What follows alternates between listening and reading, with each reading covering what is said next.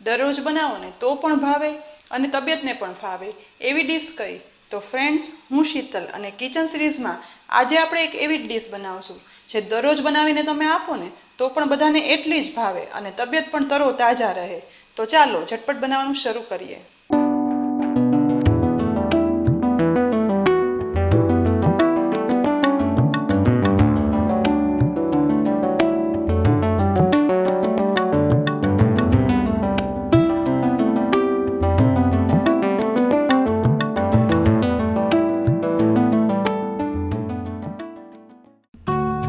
આજે 2 થી 3 વ્યક્તિ માટે જમવાનું બનાવી શકાય તે રીતે બધું માપ રાખ્યું છે।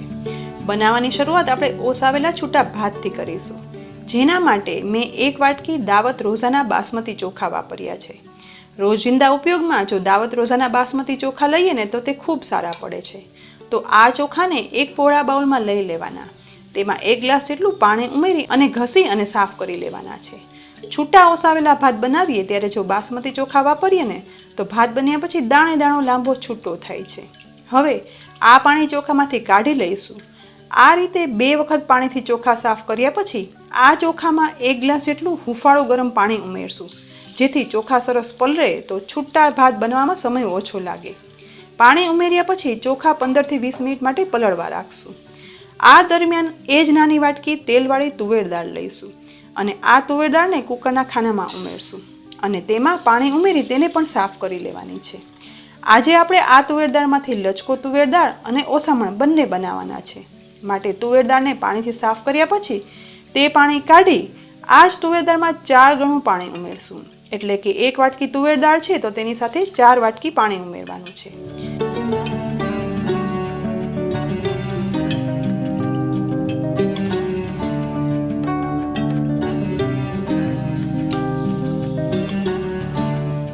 પાણી ઉમેરાઈ જાય ને એટલે તેમાં અડધી ચમચી મીઠું ઉમેરશું અને 5 ચમચી હળદર ઉમેરી દાળમાં મિક્સ કરી લેવાનું છે, જેથી દાળ બફાય તો તેમાં હળદરનો કલર અને મીઠું એકદમ સરસ ચડી જાય। હવે ગેસની મીડિયમ ફ્લેમ પર કુકરમાં તળિયે પાણી ઉમેરી સ્ટેન્ડ રાખી દઈશું।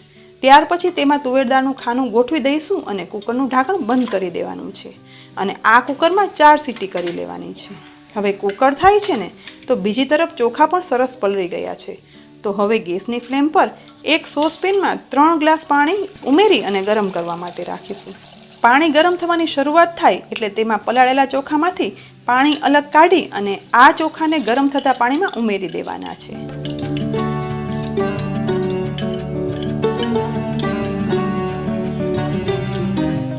હવે એક વખત ચમચાથી ભાત પાણીમાં મિક્સ કરશું।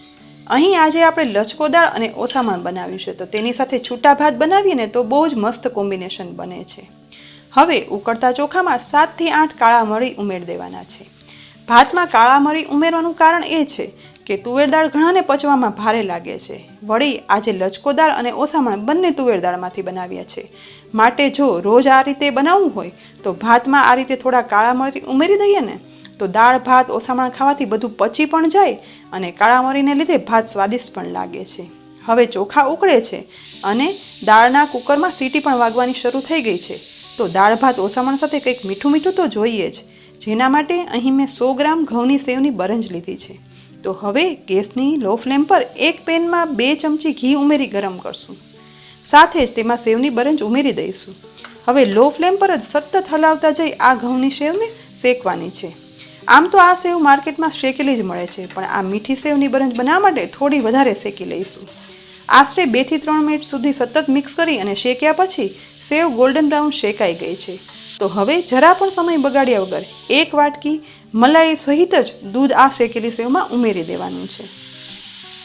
હવે આ મલાઈવાળા દૂધમાં સેવને સહેજ મિક્સ કરશું, પછી તુરંત જ તેમાં અડધી ચમચી જેટલી ખાંડ ઉમેરશું અને હવે ગેસની લો ફ્લેમ પર સતત હલાવતા જઈ અને મિક્સ કરશું।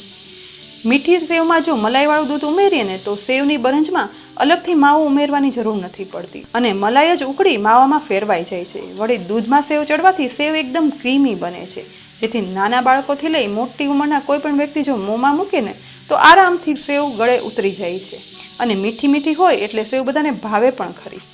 2 મિનિટ સતત હલાવતા દૂધમાં સેવ ચડી ગઈ છે અને મલાઈ એ માવાની ગરજ સારે એટલે આપોઆપ ઘી પણ છૂટું પડવા લાગ્યું છે। તો મીઠી મીઠી સેવ બની અને તૈયાર છે। તો હવે ફક્ત બદામના ટુકડા વડે સેવને ગાર્નિશ કરી લઈશું અને ત્યાર પછી પેનને ઢાંકણ રાખી દઈશું. તીખા સાથે આ મીઠી મીઠી વસ્તુ ફક્ત 5 જ મિનિટમાં બની જાય છે. બીજી બાજુ ચોખા પણ ઉકળી રહ્યા છે. જુઓ, ભાત એકદમ મોટો દાણો દાણો છૂટા ચડી રહ્યા છે. એક વખત હાથેથી ભાતને ચેક કરશું તો ભાત સહેજ છે તે ચડવાના બાકી છે, તો વધારે 2 થી 3 મિનિટ સુધી ચડવા દઈશું.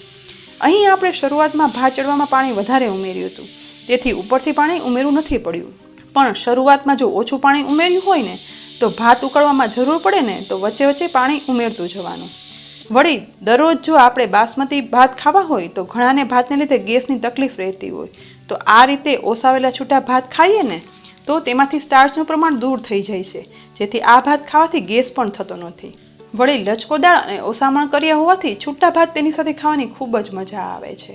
હવે વધારે 2 મિનિટ ચડ્યા પછી ફરીથી ભાતને ચેક કરતા દાણે દાણો એકદમ સરસ પ્રેસ થઈ જાય તેવો ચડી ગયો છે. તો હવે ભાતનો ગેસ બંધ કરી લઈશું અને ભાતને ઓસાવશું, જેના માટે પોળા બાઉલ ઉપર ચાળણી રાખી અને બાફેલા ભાત તેમાં ઉમેરી દઈશું. ત્યાર પછી તુરંત જ આ ભાત પર ઠંડુ પાણી ઉમેરી દેવાનું છે, જેથી ભાતમાં બધી જ વરાળ તુરંત જ દૂર થઈ જાય અને ભાતનો એકદમ છૂટો દાણો દાણો રહે. 2 થી 3 મિનિટ પછી ઓસાવેલા ભાતનું બાઉલ લઈ અને સાઈડમાં રાખશું. ઓસાવેલા છૂટા ભાત તો બની ગયા, પણ ભાત ઓસાવતા નીકળેલા પાણીને ચોખાનું ઓસામણ કહેવાય છે. આ ભાતના પાણીના ઘણા ઉપયોગ કરી શકાય, જેમ કે 1 વર્ષથી નાના બાળકને અને બીમાર વ્યક્તિને આ ઓસામણ ખૂબ જ શક્તિદાયક છે. ઘીમાં જીરું મૂકી આ ઓસામણ વઘારી ઉપયોગમાં લઈ શકાય છે. અને જમવામાં જો ઉપયોગમાં ન લેવું હોય તો રાઈસ વોટર તરીકે જાણીતું આ ભાતનું ઓસામણ વાળમાં લગાવવાથી વાળ ખરતા અટકે છે. પણ અહીં આજે આપણે ભાતનું ઓસામણ નહીં પરંતુ તુવેર દાળનું ઓસામણ બનાવીશું. તો દાળનું કુકર હવે ઠંડુ થઈ ગયું છે, તો કુકરનું ઢાંકણ ખોલી અહીં જુઓ, દાળ એકદમ સરસ બફાઈ ગઈ છે, ઉપર પાણી પણ સરસ રહ્યું છે. તો એક મોટા બાઉલમાં ગળણી રાખી આ દાળને ગાળી લેવાની છે. દાળ ગળાઈ ગયા પછી ઉપર આખી દાળ રહી છે, જેમાંથી લચકો દાળ બનાવીશું અને નીચે તરફ દાળનું પતલું પાણી એટલે કે ઓસામણ રહ્યું છે, તો તેમાંથી ખટમીઠું ઓસામણ બનાવીએ. પ્રથમ બફાયેલી દાળને એક પોળા બાઉલમાં કાઢી લઈશું. મીઠું અને હળદર આપણે દાળ બફાવા સમયે ઉમેર્યા હતા, એટલે માત્ર અડધી ચમચી લાલ મરચું પાવડર આ દાળમાં ઉમેરવાનું છે. ત્યાર પછી ગેસની લો ફ્લેમ પર એક પેનમાં 2 ચમચી તેલ ગરમ કરવા રાખીશું.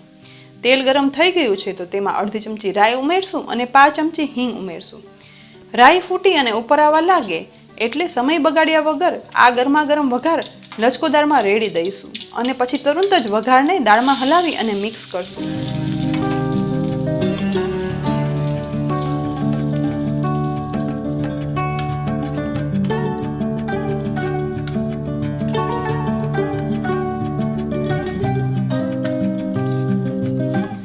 એકદમ સરસ મિક્સ કરતા લાલ મરચું પાવડર અને વઘાર બંને દાળમાં ભળી જશે. બસ થોડી સમારેલી કોથમીર પણ સાથે મિક્સ કરી દેવાની છે, એટલે લચકો દાળ બની અને તૈયાર થઈ ગઈ છે. તો તેને ઢાંકણ ઢાંકી અને સાઈડમાં રાખી દઈશું.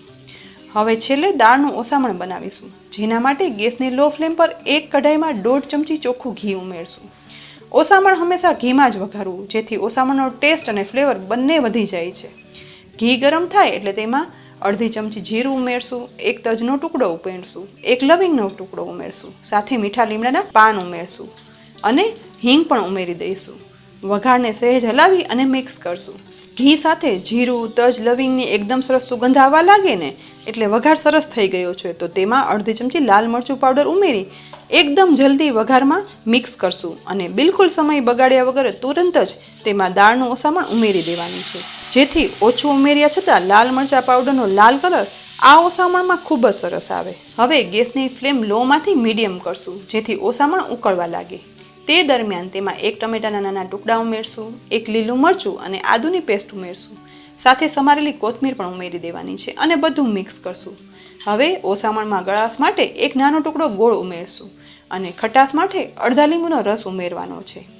લીંબુ ઉમેર્યા પછી બધું મિક્સ કરી આશરે 3 થી 4 મિનિટ ઓસામણ ઉકળવા દઈશું, જેથી ગોળ છે એકદમ સરસ ઓગળી જાય અને ખટમીઠું ઓસામણ બની અને તૈયાર થઈ જાય.